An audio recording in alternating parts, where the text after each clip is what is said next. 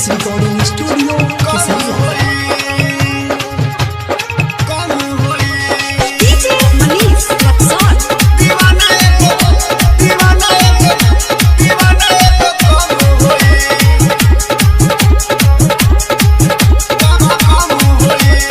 दुनिया में जितना भी लोगवा प्यार करे वाला बा, सबके क्रिया रनिया मोर जाने जाए वाला बा।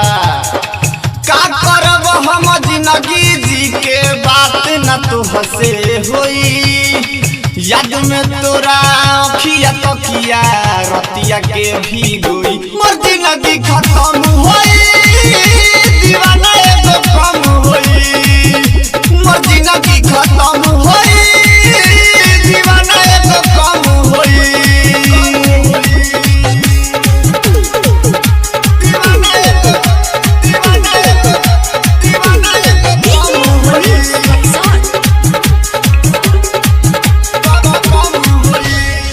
जन बना के दिल में बसा के प्यार तुहरा से कैनी, जन बना के दिल में बसा के प्यार तुहरा से कैनी।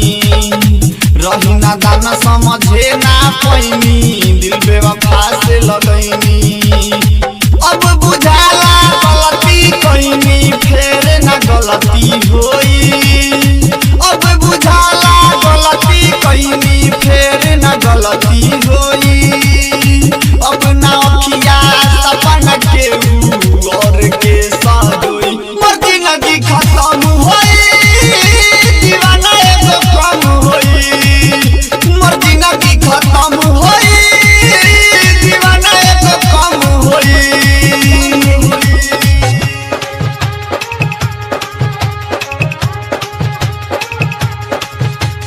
DJ Manish Luxor।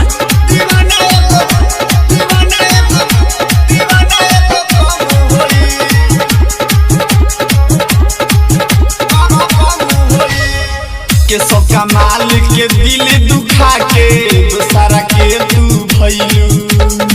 के सब कमाल के दिल दुखा के दूसरा के तू भइलू।